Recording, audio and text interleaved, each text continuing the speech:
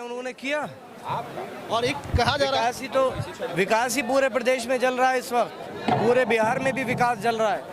और मैं फिर कहता हूँ, जितने वफादार वतन हम हैं, उतना बहुत आसानी से दूसरा नहीं मिलेगा। किसी एक वर्ग के लोगों को बर्बाद कर देने से अगर आप ये सोचते हैं कि मुल्क तरक्की करेगा, ऐसा नहीं है।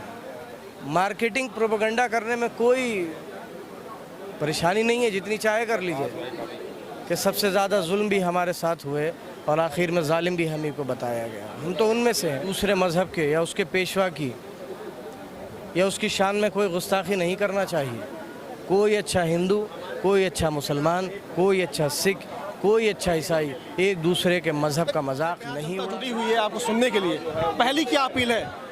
मेरी अपील सबसे पहले तो ये है कि लोग नफ़रत की जो खेती बोई जा रही है उसको आगे न बढ़ने दें और मोहब्बत बांटें, नफ़रत ना बांटें, मोहब्बत बांटें। सर एक चीज़ और बताइए, आज यहाँ पे कहा जा रहा है कि विकास लाया जाएगा और समाजवादी पार्टी ने विकास नहीं किया, इस तरीके की बात कही जा रही है। किसने नहीं किया? और जो कह रहे हैं उन्होंने किया। और एक कहा जा रहा है विकास ही पूरे प्रदेश में चल रहा है इस वक्त, पूरे बिहार में भी विकास चल रहा है। और कहा जा रहा है कि अग्निपथ के लाकर युवाओं को रोजगार दिया जाएगा और विपक्ष के लोग भड़का रहे हैं। 72,000 रोजगार रेलवे का खत्म कर दिया, वैसे ही रोजगार दिया जाएगा। पहले तो अच्छा 2 करोड़ सालाना दिया जा रहा था, पता नहीं फिर कम हो गया और अब तो 4 साल का कर दिया है। बाजी तो प्राइवेट कंपनी में इससे ज़्यादा सर्विस होती है। वो नौजवान जो अपने 12वीं और ग्रेजुएशन के बाद आप देखते होंगे दौड़ते हैं, फिजिकल के टेस्ट देते हैं, अपने मुल्क की सेवा करने के लिए कोशिशें करते हैं, उनके तो सारे अरमान टूट गए।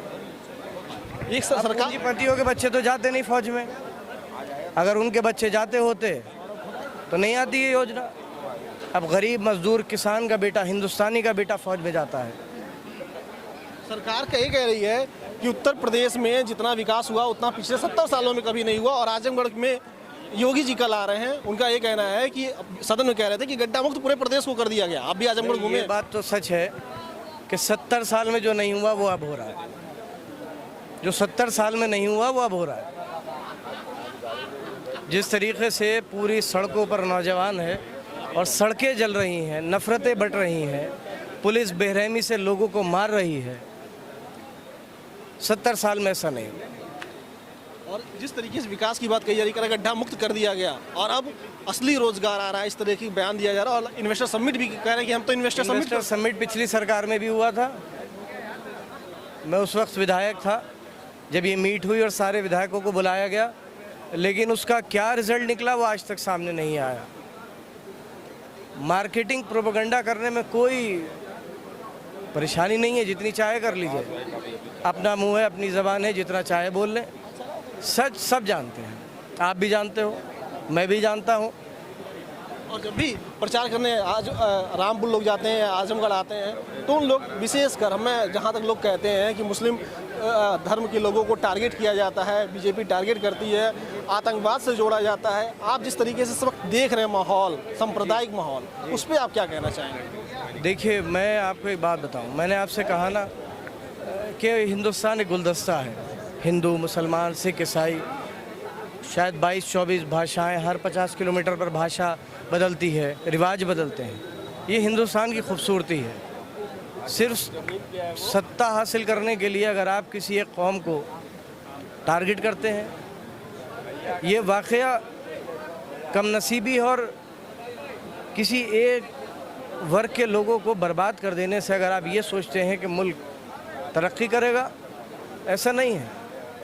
और मैं फिर कहता हूँ, जितने वफादार वतन हम हैं, उतना बहुत आसानी से दूसरा नहीं मिलेगा।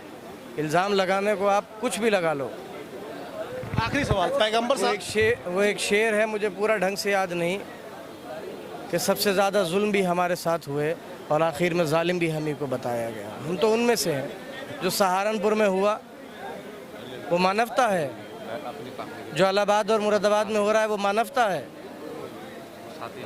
आखिरी सवाल, पैगंबर साहब की जिस तरीके से टिप्पणी की गई और अभी तक कोई गिरफ्तारी नहीं हुई, जिस तरीके से बात चल रही है, किस तरीके से देखते हैं आप?